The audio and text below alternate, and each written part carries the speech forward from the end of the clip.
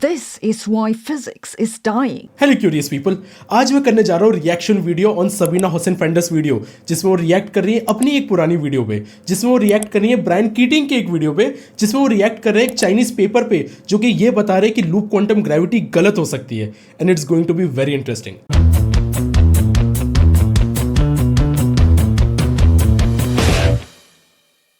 देखो, scientific debates तो सालों से चलते आ रहे हैं। न्यूटन और लाइबनीज के बीच में थी, न्यूटन और रॉबर्ट हुक के बीच में थी, एडिसन और टेस्ला के बीच में थी, और भी बहुत सारी राइवलरी रही है। आज के टाइम में हम लोग इसे कंट्रोवर्सी के नाम से बहुत फेमसली बोलने लगते हैं। तो इस कंट्रोवर्सी में सारे की फिगर्स के बारे में बताता हूं। सबसे पहले द फेमस कार्लो रोवेली, जो एक थियोरेटिकल फिजिसिस्ट है। कार्लो रोवेली is one of the founding father of loop quantum gravity. Loop quantum gravity क्या है?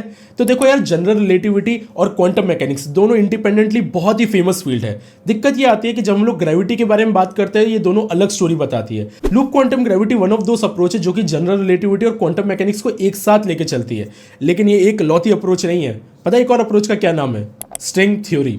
और इनके अलावा भी है, लेकिन ये तो सबसे prominent theory of quantum gravity माने जाते हैं, यानी कि वो थ्योरी जो जनरल रिलेटिविटी और क्वांटम मैकेनिक्स को साथ में मिला सके, जिसकी वजह से लूप क्वांटम ग्रेविटी या एलक्यूजी बहुत फेमस है। और आज हम लोग एलक्यूजी के बारे में ही बात करेंगे। लेकिन अगर आपको इसके बारे में और ज्यादा जानना है तो मैंने कुछ दिन पहले इसके ऊपर एक बहुत डिटेल्ड वीडियो बनाई है कि एग्जैक्टली है क्या लूप क्वांटम ग्रेविटी, इसका हिस्टोरिकल सिनारियो क्या रहा है, और भी इंटरेस्टिंग चीज आपको उस वीडियो में मिल जाएंगी। सो आई रिकमेंड कि पहले आप वो वीडियो देख लीजिए लूप क्वांटम ग्रेविटी के बारे में समझने के लिए। इसके अलावा हमारे साथ है सबीना हुसैन फेंडर, जो एक जर्मन थियोरेटिकल फिजिसिस्ट है। उनकी बहुत ही फेमस बुक है lost in math and particle physics in crisis, जिनका यूट्यूब चैनल भी चल रहा है, and she is very famously known for criticising others work. और साथ साथ वो काफी ज्यादा रुथलेस है। क्यों, वो आगे पता चल जाएगा। और हमारे थर्ड की फिगर है ब्रायन कीटिंग, जिनकी एक वीडियो की वजह से ये पूरी कंट्रोवर्सी स्टार्ट हुई। तो इस कंट्रोवर्सी की स्टार्टिंग आज से कई साल पहले होती है, जब रोवेली और ली ने मिलकर ये पेपर लिखा था, जिसमें उन्होंने इस बारे में बात की कि किस तरीके से लूप क्वांटम ग्रेविटी एक क्वांटम ग्रेविटी की बहुत ही शानदार थ्योरी हो सकती है।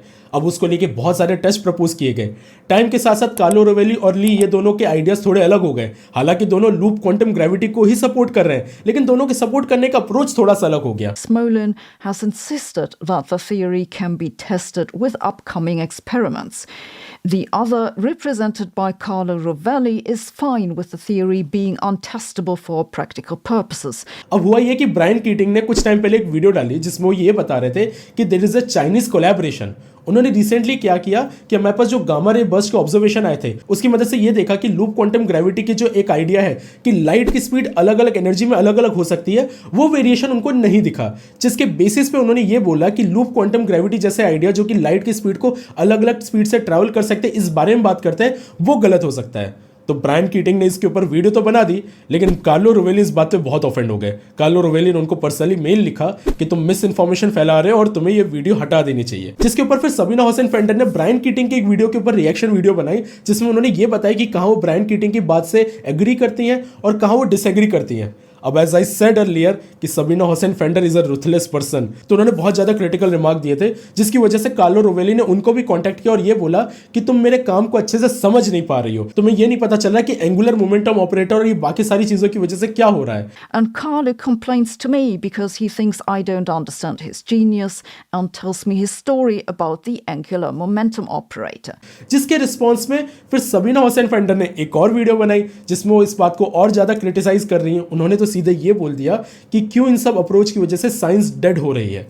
तो ये एक बहुत ही इंटरेस्टिंग सी कंट्रोवर्सी चल रही है, जिसमें आइडिया क्या है कि क्या ये लूप क्वांटम ग्रेविटी सही है या नहीं है। कार्लो रोवेली को ये बात गलत लग रही है कि जिस चीज को जस्टिफाइड मान रहे हैं लोग, उस चीज को सीरियसली ना लेके दूसरे आर्ग्यूमेंट को सीरियसली लेके उनको डिनाई कर रहे हैं। बाकी साइंटिस्ट का ये मानना है कि this is actually science, because हम लोग एक ही चीज के ऊपर पकड़े नहीं रह सकते। हम लोगों को अलग अलग पर्सपेक्टिव से आइडियाज को क्रिटिसाइज करना जरूरी है। जब तक हम लोग आइडियाज को क्रिटिसाइज नहीं करेंगे, वो आइडिया और बेटर तरीके से उभर के नहीं आएगा। भले ही कार्लो रोवेली ये कहते हैं उनके पास ये सारे प्रॉब्लम से कुछ ना कुछ सॉल्यूशन और किसी तरीके से सॉल्व किया जा सकता है, लेकिन at the same time Brian Keating और सबीना हुसैन फेंडर का टेक तो एकदम अलग है। ब्रायन कीटिंग का कहना है कि while there is a possibility कि लूप क्वांटम ग्रेविटी अभी भी सही हो सकती है, there is a very less chance कि वो सही हो। And on the other hand Sabine Hossenfelder के तो कुछ इस तरीके के रिमार्क्स थे। It's exactly the same crap as with string theory and supersymmetry and inflation and dark sectors. It's nothing to do with reality anymore. It's mathematical fiction. I don't understand why people get paid for doing this. I can't believe that this is still going on. This will keep on going and going until physics is entirely dead. So frustrating to see that this is still going on. They're still discussing the same nonsense as 20 years ago. I told you she was ruthless. तो ये थी पूरी controversy about the loop quantum gravity. आप लोग मुझे एक बार comment section में बताइए कि आपका इस कंट्रोवर्सी के बारे में क्या कहना है। अगर लूप क्वांटम ग्रेविटी के बारे में और जानना है तो जैसा कि मैंने पहले बताया, ये वीडियो आप डिटेल में देख सकते हैं कि एग्जैक्टली है क्या LQG और ये किस बारे में बात करती है।